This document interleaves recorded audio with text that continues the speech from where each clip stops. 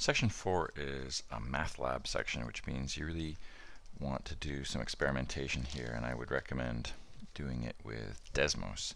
So we're looking at solving systems of equations graphically, and we saw systems of equations last year, but we looked only at linear systems. So here's a bit of a review of linear systems. We essentially faced three different types of linear systems.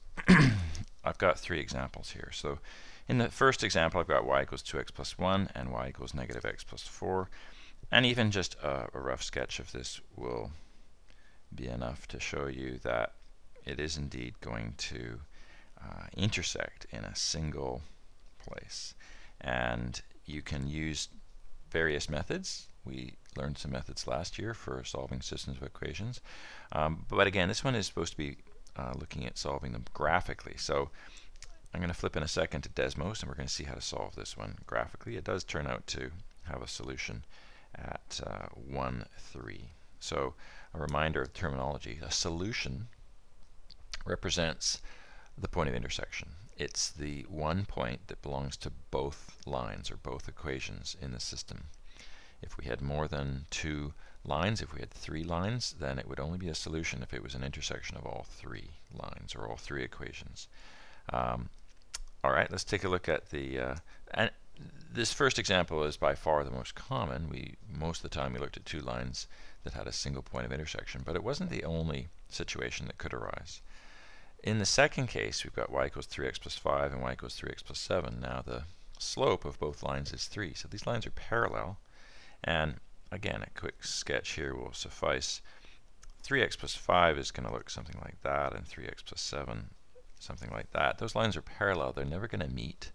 So there's no point of intersection, and so there is no solution whatsoever. And then the third option is the one where the lines are actually the same slope, same y-intercept.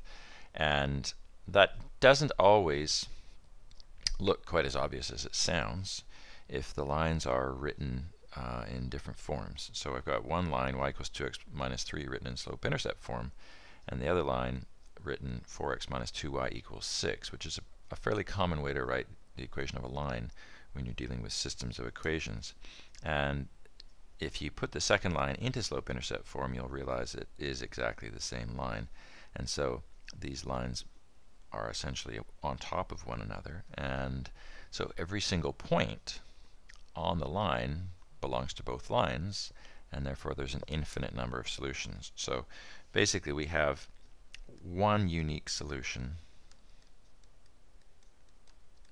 We have no solutions,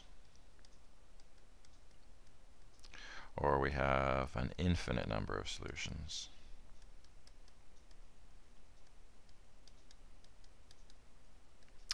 All right, so that's all review. The new stuff for this chapter is looking at linear quadratic systems, where you have one equation that represents a quadratic function, a parabola when you graph it, and another equation representing a line. So let's take a look at the one I've given you here, which is y equals x squared and y equals 2x. Two pretty straightforward functions. Y equals x squared is just a parabola with a vertex at the origin, facing up. And y equals 2x is a line that passes through the origin. And you can see again, even with just this rough sketch, that this has 2 points of intersection. Obviously the origin belongs to both equations. The other point that belongs to both equations is 2, 4. All right, if you let x equal to 2, then when you square it, you get a y of 4, and alternatively, when you multiply by 2, you get a y of 4. So here we have two solutions, and this is going to be a pretty common type of solution for a linear quadratic system. Now, what other types of possibilities can we have? Well, it's possible that the line only intersects the parabola in one place, and there are two different ways that could happen. In one situation, you have a parabola, and then you have a line that is just tangent to the parabola. So in other words, it just touches it, just barely touches it. So that would be one solution. There's another entirely different possibility, which is that you have a parabola and you have a vertical line. So that vertical line simply cuts through the parabola in one place. Now, here's a question for you to try to figure out with exploration, perhaps. If you have a vertical line and a parabola, is it possible that they don't meet at all? Alright, so I want you to think about that one when you're playing around on Desmos. And then, of course, there's the option, the most obvious option for no solution, which is you have a parabola and you've got a line. The line could be horizontal, but it doesn't have to be horizontal. Even if the line just simply is below the parabola, as long as the slope isn't really steep, the line is not going to touch the parabola, and you're going to get no solution. And obviously, we can't have a scenario where we have an infinite number of solutions, because a line is going to always be different from a parabola. So these are our options. So once again, we've got two solutions, one solution, or no solutions. And as I said, I really want you to go on to Desmos. Now you can play around on Desmos a couple of different ways. You can just simply type in different, I'll look at linear first. You can type in different lines and see what happens. So I've typed in a couple of lines here, ax plus by plus c, and then I've chosen the option to create sliders for all three coefficients, a, b, and c, and then I created another line, fx plus gy equals h, and created sliders for f, g, and h. I didn't use d, e, and f, by the way, because it doesn't like e. It doesn't give you an option for e as a slider. It treats e as a constant, which is about 2.7. So you can play around here with the coefficients a, b, and c and generate different lines. If you want to see the point of intersection, just click on that point of intersection and it'll bring it up for you.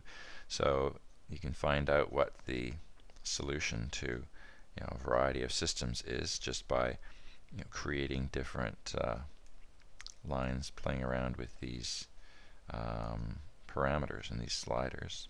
This would be what it would look like if you created a parabola using general form, y equals ax squared plus bx plus c, and you can modify the parabola by modifying the three coefficients. And again, if you want to see the point of intersection, just click on it there. And so this is quite flexible. You can create lots of different parabolas. There's a system where we have a line and a parabola that don't meet at all.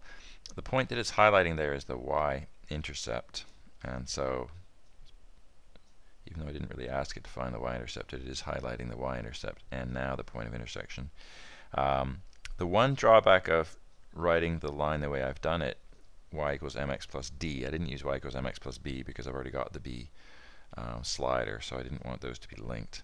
But the one drawback of writing it in slope-intercept form is that you can't graph a vertical line that way, because a vertical line is of the form x equal to a number.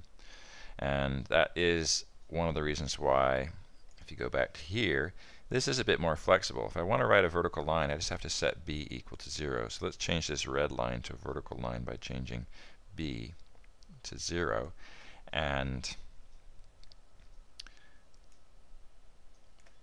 it's